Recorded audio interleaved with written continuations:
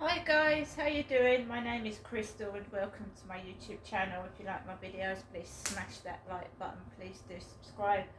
Alexa, what's the time, please? The time is 1:31 p.m. Right guys, I've been at home. I'm not round my mum's. I haven't gone anywhere in a taxi. I've been home since this morning's walk with Max, which wasn't very nice, but at least he had a walk, so I'm keeping everything updated in my journal. That stupid man sneezing. Chew. Really, it's laughable. You know, when people are bullying me and acting pathetic like that, I really should just laugh at it. I don't know why I don't. It's just I was fed up this morning. Get fed up of being stuck indoors with this bullshit going on every day. So what's been going on so far? Well, we've had a message from Mark on Flirt Finder. Trouble is, guys, he's from Belfast, and how am I supposed to meet someone from Belfast without a car and a passport?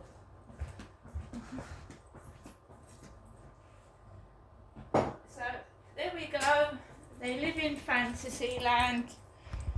They prefer to live in a fantasy world than in real life. So let them carry on doing that.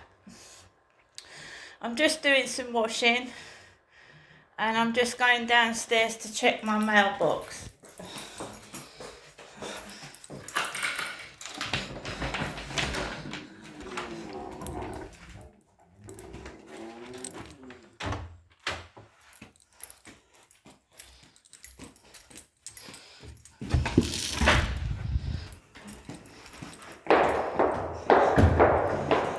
When you're being harassed and victimised, you mustn't do anything wrong because you don't want to stoop to their level.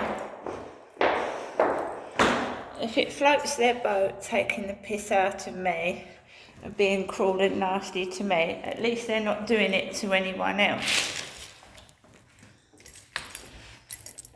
So somebody's dropped crisps on the floor. We've got crisps on the floor now.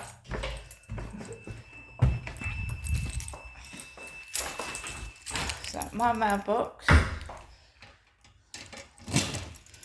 Nothing in it at all. No post.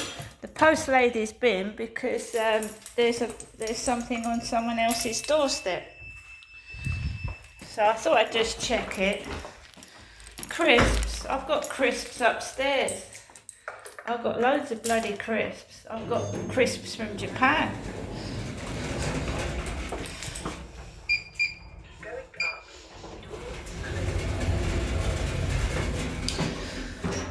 So it's 1:34.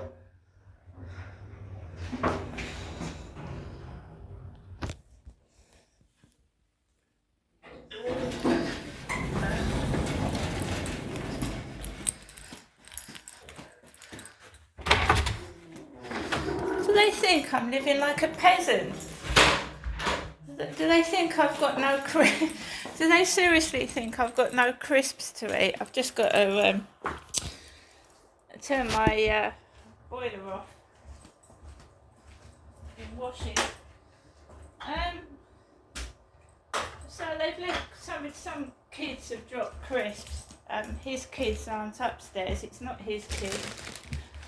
Somebody else's kids doing it.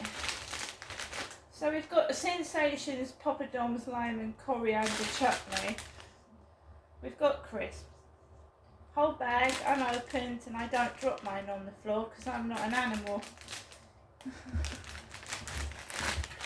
I've actually been eating some peanut M&Ms. I've had some chicken soup.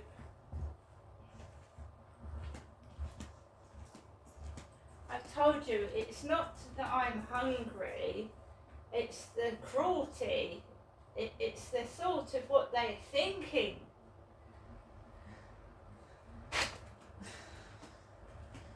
It's the cruelty, it's the attitude of them, it's what they're thinking inside their head. It's not right, it's not normal. You don't behave like that to other people.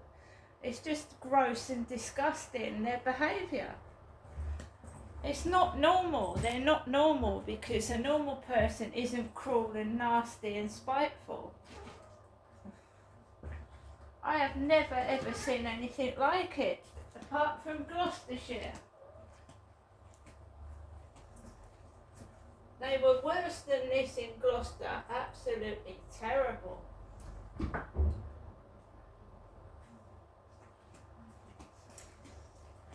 So, whoever left the squashed tomato on the floor yesterday, I don't like tomatoes.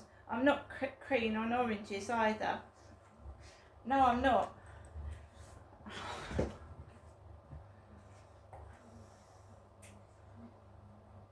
Got Cornish pasty. I still haven't eaten my chicken biryani. That's got to be used by tomorrow. So, I've still got my chicken biryani there. There's only one of me. What is the point of keep going out to the co-op, filling your basket? And in this weather, I don't know whether anybody else has noticed, that the bread goes off quick, the milk goes off quick, everything goes off faster and you're wasting your money. It's best to buy a couple of items, right? And trying to force me, the post lady's gone up the path like a hunchback. She's actually got a post bag on her shoulder like this, like the hunchback of Notre Dame. Hazel has gone up opposite the road, walking up the road with her post bag. It's just cruel and nasty. Being forced to go and see your mother. And every man you meet on Flirt Finder is either in Ireland, Scotland, Wales. They don't exist.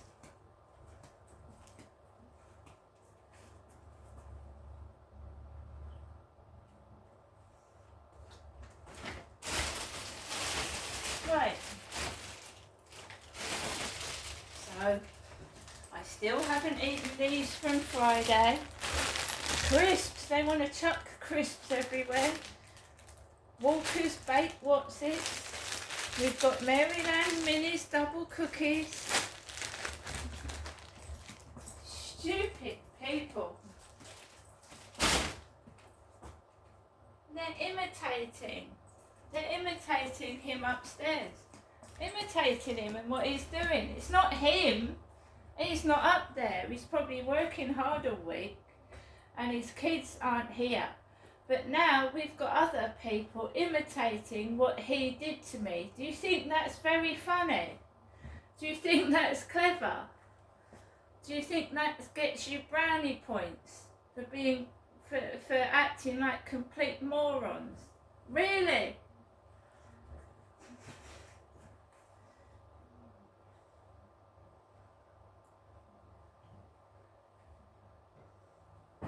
I have got food coming out my ears. Seriously. Hot dogs, beans.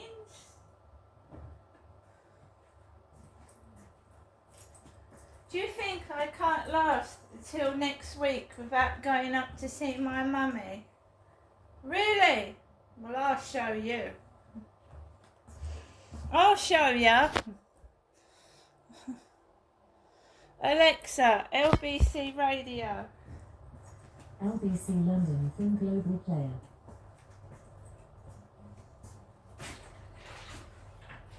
We have touched on it, we've included it obviously, as is right, but we'll definitely look at the SNP's campaigns in more detail as well, and the general sort of political picture in Scotland more generally too, over the next 5 weeks, and Northern Ireland. Before we move on and carry on taking your calls on taxation, really interesting statement really in an interview that the deputy leader of the Labour Party has given to Anushka Asfana of ITV News, a political editor. Angela Rayner, first of all, hit out at what she called disgraceful briefings to journalists that suggested the party would bar Diane Abbott from standing as a Labour candidate before the process had even finished. And she also said she can see no reason why Diane Abbott shouldn't stand as a Labour candidate. So that plot that was thickening yesterday, it's just thickened again. But I suppose from Diane Abbott's perspective, a more positive statement there from Angela Rayner. We'll try and get some more on that as the afternoon goes on. Graham has called from Isha to carry on our conversation about taxation. What are you looking for in taxation from the main parties, Graham? Good afternoon, Sheila. I mean, I've been looking at all of their policies, but really, unless there's a miracle, Labour are going to have a substantial majority, so I'm really focusing on this. Now, I've got no problem with raising taxes. It's for the benefit of the country, which makes more revenue to help public services and help us do better.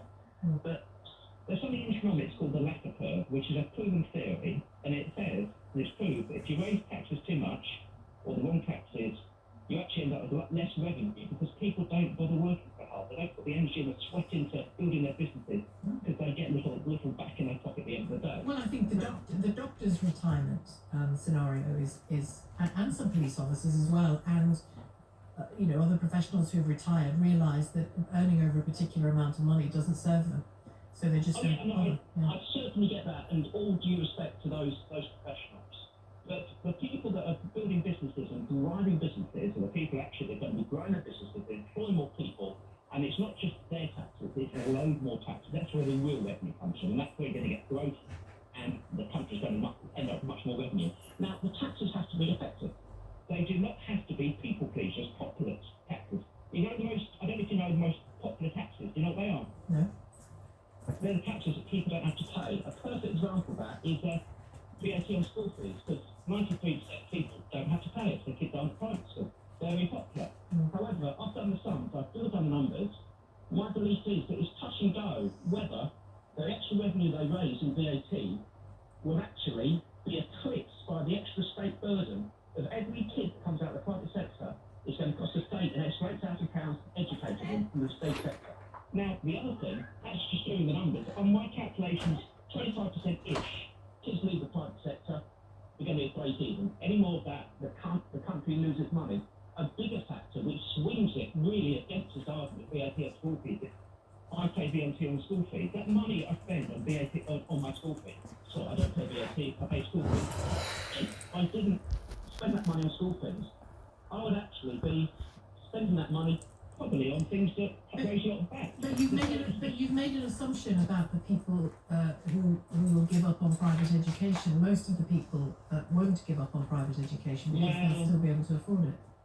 I doubt that. I mean, I know a lot of people that work in the private and the state sector. A lot of people I know pay school fees, and to be honest with you, the majority of them struggle to pay them. A lot of people, certainly the people that got younger kids, are saying, you know what, we're going to put our kids in private school, we're not anymore. If you're 2-3 years left, people think they've been in the private system, I really bear it. From what I'm hearing, also speaking to people that work in private schools, the intake started going significantly down since COVID, the economy is declining. Now it's almost come off the cliff face, when people realise they're going to pay another 20%. So I don't know where you get the numbers from, but what I'm feeling on my ear to the ground is a lot of people are not going to actually send their kids to private school where they would have done before. Well, I suspect Bridget Phillipson would say, bring it on, because I'll be busy improving the state sector, so welcome. Well, she might say that, but if she's actually got less coffers in the bank to do that, how's she going to do it? My argument is, it's very likely the company's going to have less revenue. Yes, but the whole of the state system isn't going to be funded by that VAT move. That's going to be used to improve and to rebuild, where, according to Labour, where there is need. It's not going to fund the whole of the state system. That's going to be funded as per, isn't it? Well, I mean, when I look at Labour's economic policies and how they're going to improve everything, it appears to me that they think that back in school fees is going to fund a lot more than the investment in the education system. What I'm trying to say is, if it's a case of the net income tax revenue for the country is less by putting VAT on school fees, their argument is built on sand. The policy is built on sand. Can I ask you about tax thresholds being frozen till 2028?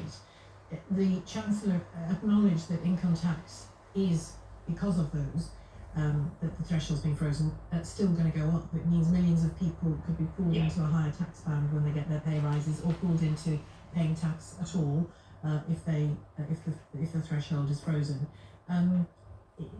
Is that something you'd like to see a difference Yeah, on? yeah, Because I disagree with that. Labour hasn't confirmed yet, but it seems to be sticking with that. Well, I disagree with that too. I think the thresholds, I mean, the inflation, as it has been the past few years, taxes have gone up significantly. I think the threshold should be raised. And I actually think it probably end up more revenue. Possibly, I'm not saying definitely, but possibly. It's just a simple matters rule of economics. You tax people too much, actually, at the end of the day, you get less revenue. Yeah, and it is proven. And I really do think with Labour, I do think, great politics, basic tax, isn't it? Most people don't pay it. I'll vote you Labour, it's great, I don't have to pay it. But, great, brilliant, but who's interested in? All right, Graham, thank you. Thank you very much indeed. That's Graham in Isha. It's 1:46. Sunday with Lewis Goodall. Do you think we should just let the Russians just roll into Kharkiv and Kyiv, do you? The killing started when the Ukrainians shelled the eastern part of This is Kremlin Ukraine. talking point, Sean. Listen on your radio and on Global Player. I do not want to hear Kremlin propaganda. The idea that the war in Ukraine is anyone else's fault other than Vladimir Putin is absurd. Sunday morning from 10 on LBC. McDonald's new mix and match menu. Choose it. Right, guys. So, no posts, crisps on the floor, and the only person communicating with me is my mum. And if I don't go up and see my mum, then I don't get the extra dog food, I don't get a bit of cash, and I just get an ear bashing, and I nearly choked to death on a takeaway. So it's boring, but I suppose it's safe, isn't it? I mean, the takeaways aren't very nice, they're horrible. I don't know who actually cooks them and where they come from, but my mum phones them up and rings them, and the leaflets go to my mum's address because I don't have a letterbox. If any takeaway guys come to this building, they've got to ring somebody's buzzer to get in. My mum gets these leaflets delivered straight through her letterbox. And my mum did not eat any of that takeaway Friday. It was me that nearly choked to death. So you've got to weigh it up. Yeah, you get money and you get an extra bit of dog food, but is it worth risking your life for? No, it isn't. We just had a bit of shower of rain just now and the sun's come out. See you later.